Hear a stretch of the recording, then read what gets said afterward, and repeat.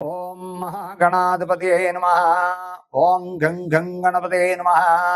ఇర అయ్యా, ఇప్పుడు రేపు అమావాస్య 24వ తారీఖు ఆషాఢ అమావాస్య పవర్ ఏమిటంటే చాలా పవర్. అమ్మవార్లకి బాగా చేసుకుంటారు, బోనాలు బాగా చేసుకుంటారు. వచ్చే ఈ ఆషాఢ అమావాస్య నాడు చాలా పర్వదినం అని చెప్పడానికి ఆస్కారం ఉంది ఇక్కడ. ఎందుకంటే బోనాల పండుగ ఆ రోజు ఇంకా విపరీతంగా చక్కగా అన్ని గుళ్ళల్లోనూ, అన్ని అమ్మవారి గుళ్ళల్లోనూ, ఊళ్ళల్లో అవుతే ఆంధ్ర అవుతే గ్రామ దేవతలకి చక్కగా వాళ్ళు అక్కడ రకరకాల ఉపవాసాలతో ఉండి ఆడవాళ్ళు తెల్లవారుజామునే లేచి పసుపు కుంకాలు ఇచ్చుకుని చక్కగా స్నానాలు చేసి వాళ్ళు విధి విధానాలు పాటించి తెల్లవారుజాము నుంచి ముత్తైదులంతా ఇల్లు వాకలు శుభ్రాలు చేసుకుని వాకట్లో ముగ్గు పెట్టుకుని వారంతా ఏం చేస్తూ ఉంటారయ్యా అంటే, ఆ రోజు ఉదయం అమ్మవారి గుడికి వెళ్ళేటప్పుడు పానకం చలివిడి చక్కగా ఇలాగా రకరకాల బ్రాహ్మిన్స్ అవుతాయి. నాన్ బ్రాహ్మిన్స్ కోళ్ళు మేకలు వేసుకోవడం ఆనమాయితీగా జరుగుతూ ఉంటుంది. దీనివల్ల ఆ అమ్మవారు ఆషాఢ మాసం అంతా అమ్మవారి ప్రసిద్ధి.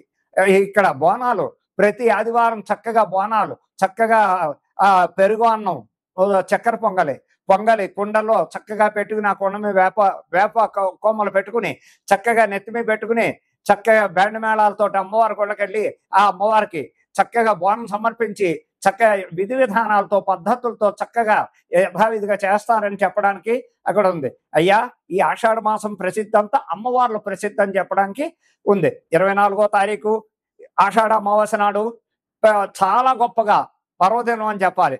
ఈ ఆషాఢ అమావాస్య అంటేనే అమ్మవార్లకి ఊళ్ళల్లో గ్రామ దేవతలు ఉంటారు. నూకాలమ్మ తల్లి, సత్యమ్మ తల్లి, వనూనమ్మ తల్లి, పెద్దమ్మ తల్లి, ఇలాగ రకరకాల మైసమ్మ, పోచమ్మ, సమ్మక్క, సారక్కలు ఇలాంటి గ్రామ దేవతల దగ్గరికి వెళ్ళి అమావాస్య నాడు, రేపు 24వ తారీఖు ఆషాఢ అమావాస్య గురువారం నాడు అందరూ చక్కగా వాళ్ళ తగిన విధి విధానాలతో ఆ పర్వదినం నాడు గుళ్ళంపటి వెళ్ళి ఈ కుండలు ఎత్తిమి పెట్టుకుని ఈ పలహారాలు అవి ఇవి అన్ని రకాలుగా చేసుకుంటూ ఆడవాళ్ళంతా చక్కగా అమ్మవారి గుడికెళ్ళి పసుపు కుంకాలు సమర్పించి చీరా జాకెట్లు సమర్పించుకుని చక్కగా విధి విధానాలతో ఎంతో బాగా చేస్తారు. అందుకని ఈ అమావాస్య పర్వదినం అంత గొప్పదని చెప్పడానికి ఆస్కారం ఉంది. అలాగే రేపు వచ్చే 8వ తారీఖు ఆగస్టు 8వ తారీఖు వరలక్ష్మి వ్రతం, శ్రావణ మాసం.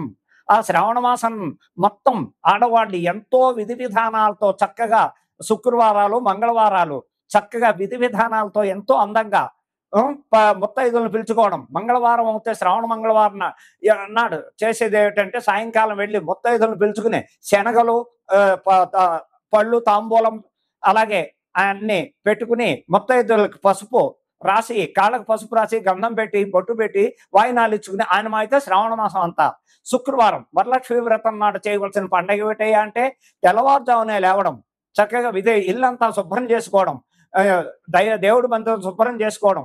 ఆ వేళ విధి విధానంగా ఇంట్లో చేయవలసిన పని ఏమిటయ్యా అంటే, కలశ స్థాపన చేసుకోవాలి.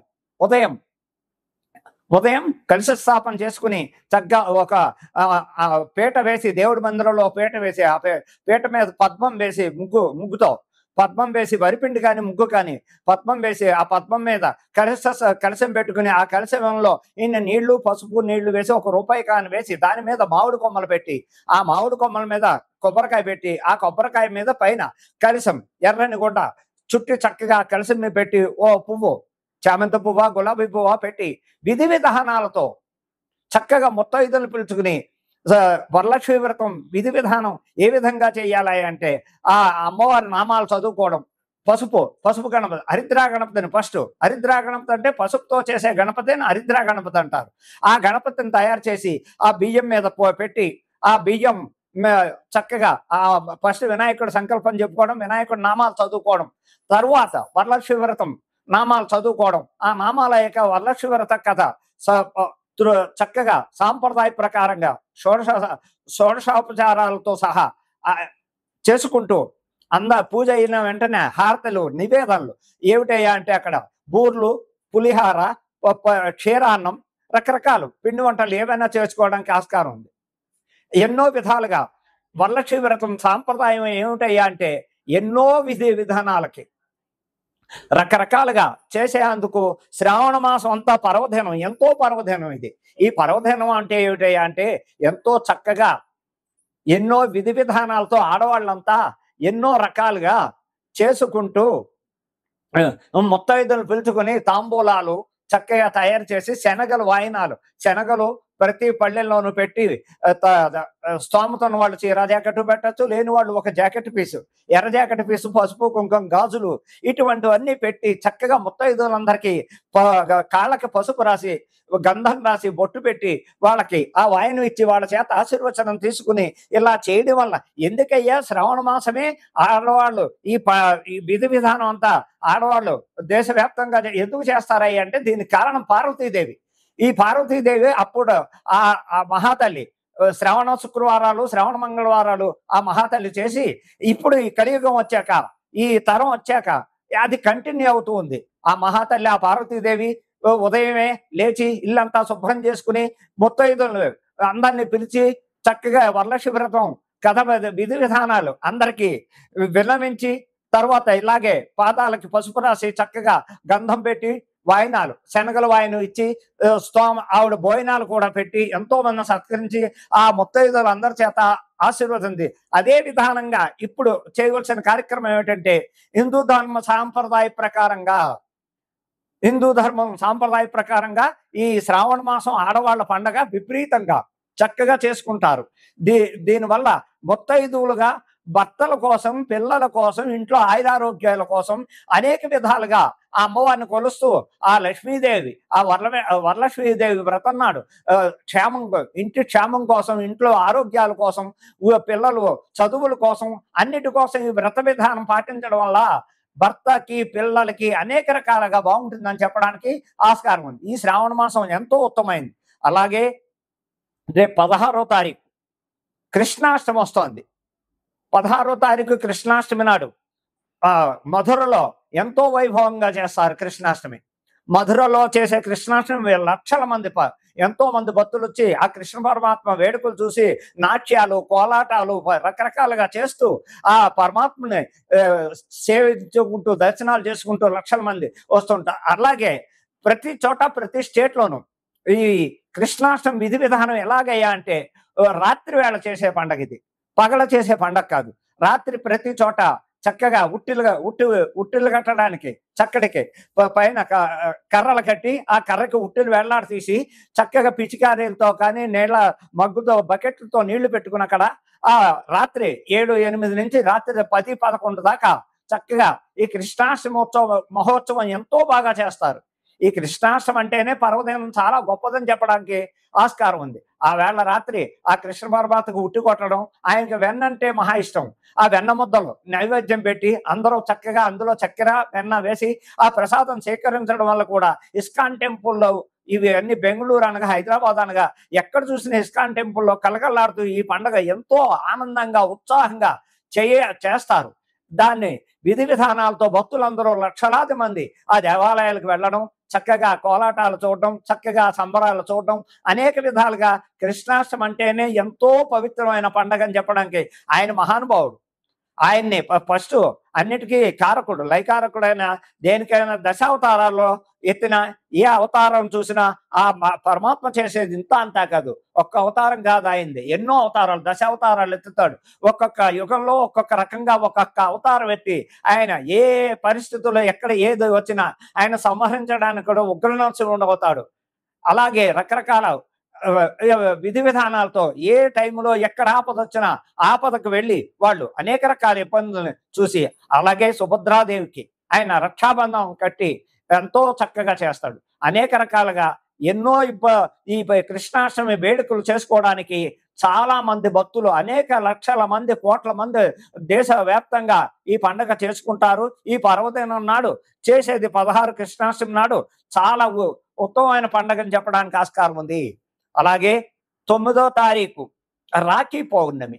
ఈ 9వ తారీఖు రాఖీ పౌర్ణమి వస్తోంది కాబట్టి ఆ వేళ ఎవరయ్యా అంటే అది కూడా శ్రీకృష్ణ పరమాత్మ దగ్గర నుంచే వచ్చింది, పార్వతీదేవి దగ్గర నుంచి. ఇలాగా శ్రీకృష్ణ పరమాత్మ సుభద్రాదేవికి దగ్గరికి వెళ్ళి రాఖీ పౌర్ణమి కట్టించుకుని చక్కగా ఆ చెల్లెలకి తగిన చక్కగా పసుపు కుంకుమ చీర జాకెట్టు తాంబూలంలో అన్ని పళ్ళు కాయలు ఇచ్చి రక్షాబంధనం కట్ట. రక్షాబంధనం అంటే దాని అర్థం ఏమిటాయి అంటే అన్నా చెల్లెళ్ళ బంధం, అక్కా తమ్ముళ్ళ బంధం. ఆ బంధం ఎలాంటిదంటే అపురూపమైన బంధం.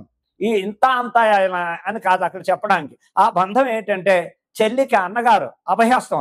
అక్క చెల్లి నేనున్నా నీకు, నాకు రక్షాబంధనం కట్టావు కాబట్టి నీకు ఇగో నాకు చేతనైంది కానుక నీకు ఇస్తున్నాను, ఇది తీసుకుని నాకు చక్కటి భోజనం పెట్టి నీకు నేను ఆశీర్వదిస్తున్నాను అని చెప్పే బంధం. రక్షాబంధనం అంటేనే ఎంతో పవిత్రత.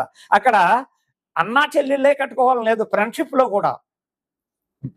లో కూడా చక్కగా ఒక అమ్మాయి వచ్చి అన్నగా భావించి చక్కగా రాఖీ కట్టించుకుని ఆయన తోచింది డబ్బుల రూపాయన అవ్వచ్చు, చక్కగా లేదా బట్టల రూపాయన అవ్వచ్చు, ఆ అమ్మాయికి కానుక ఇస్తారు.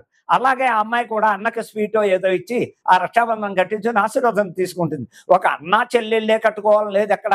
ఆప్యాయత, అభిమానం, బంధుత్వ బాంధవ్యాలు పెరగాలంటే ఈ రక్షాబంధనం వల్ల ఎంతో ఉపయోగం ఉంది. ఎన్నో రకాల సాంప్రదాయాలు ఉన్నాయి. దానివల్ల ఆప్యాయత, బంధుత్వ బాంధవ్యాలు పెరగడం ఎంతో ఉపయోగపడుతుంది. రాఖీ పండుగ అంటేనే అంత పవిత్రత. ఇంకోటి జంధ్యాల పౌర్ణమి కూడా ఆ రోజే. బ్రాహ్మణులు అన్న వాళ్ళంతా వైష్ణవులు అనగా, వైశ్యాస అనగా, ఎవరైనా చారీలు అనగా ఆ వేళ యజ్ఞోపవీతం, నూతన యజ్ఞోపవీతం వేసుకుని చక్కగా సంకల్పం చెప్పి ఆ యజ్ఞోపేతం వేసుకుంటూ ఆ గాయత్రి మంత్రాన్ని 11 సార్లు స్మరించి పాత యజ్ఞోపేతం ఉండగా కొత్త యజ్ఞోపేతం వేసుకుని ఆ పాత యజ్ఞోపేతం పక్కన పెట్టి రాఖీ పౌర్ణమి అదే జంధ్యాల పౌర్ణమి అంటారు, దాన్నే రాఖీ పౌర్ణమి అంటారు, అన్నా చెల్లెళ్ళ బంధం అంటారు. అనేక రకాలుగా ఆ పౌర్ణమి నాడు ఎన్నో రకాల ఉపయోగాలు ఉంటాయని చెప్పడానికి ఆస్కారం ఉంది. ఇది శ్రావణ మాసంలో చేయవలసిన పండగలు. చక్కగా ఈ పండగలు. ఆ కన్యరాశి వారికి కూడా కొంచెం ఇబ్బందులు ఉన్నాయి. ఎందుకంటే గురువు నీచల్లో ఉన్నారు, వారికి బాగోలేదు. కన్యరాశికి జరుగుతుంది. కొంతమందికి ఏజ్ని బట్టి రవమహాదశ నడుస్తోంది.